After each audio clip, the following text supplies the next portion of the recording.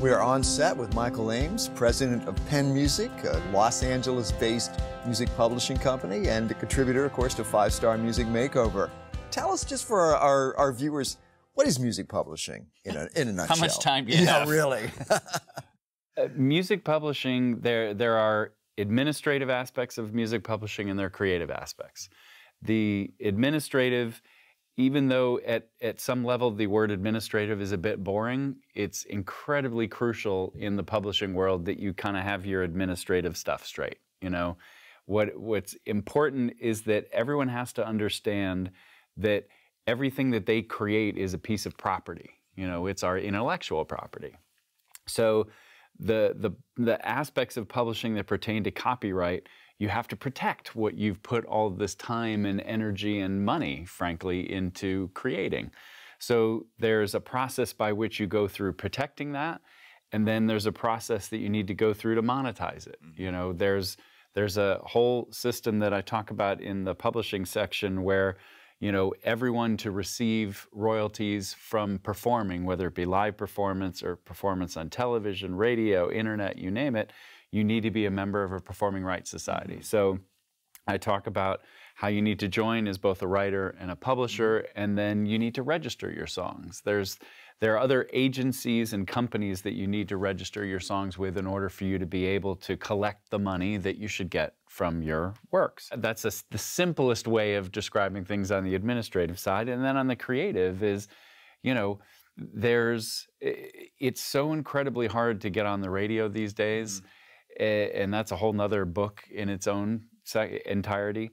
But, you know, where we focus at Penn particularly, and I talk a lot about in this section, is the film and TV area. A low-rated television show is probably 5 million people a week, you know, on the major networks. And you get a song on a TV show that's in front of 5 million people, you've got an immediate audience, and if someone connects with that song, they go out and they buy it.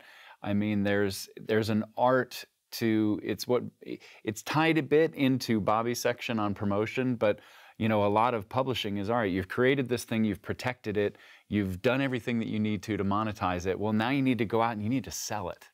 You know, how do you approach music supervisors? How do you approach, is it the same approach for TV versus film? You know, there's video games, trailers, there's lots of avenues. Anything these days, and we live in an audiovisual world from YouTube and everything else, you know, be aware of everything that's audiovisual, and you're always hearing music with it. So, you know, thanks to Hulu and Netflix, you know, you name it, what's going to be here 2 months from now, everything that has content always needs music.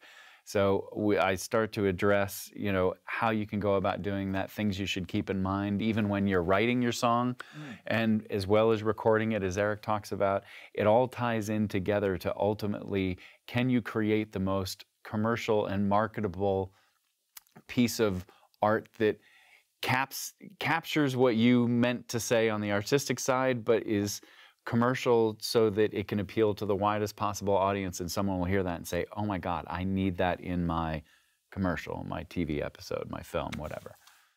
The length of a song, the life of a song is sometimes very surprising. I know you represent some classic catalogs at Penn Music as well. Absolutely. And it's always interesting when something which is, you know, maybe had a heyday 40, 50 years ago suddenly re-enters our consciousness, right? It sounds completely corny, but I have to say that it's one of the things that I absolutely love about the publishing business, is that not only is it our job to creatively think about how we can exploit someone else's song, whether it be a known song or an unknown song, but if you imagine all the literally hundreds and thousands of people from all over the world who are constantly thinking, how can I use music to bring value to my, I want to say product, but project, what have you. You know, one of the things that I'm proudest of, because it has taken a lot of my time, but one of our most active songs is I've Had the Time of My Life from Dirty Dancing. And, you know, that song is now 28 years old, I think, you know, too quick for me to do all the higher math, but released in 1987.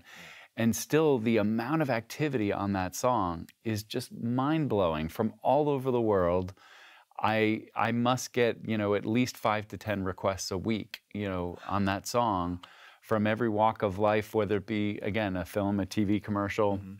You know, it's amazing to me that in the publishing world, that if you as a songwriter or as an artist can get to that one song that just makes that connection, the amount of money that you can make is there's honestly no limit to it. And I love the business, because how many businesses can you actually earn money while you're sleeping? You know, your song could be earning money halfway across the world while you're sleeping. It's fantastic. Wow, wow. We can't wait to see this section and to educate people about how their songs are going to have the time of their lives. Michael Eames, Penn Music. Couldn't have ended it better. Thank you. Good to see you, brother.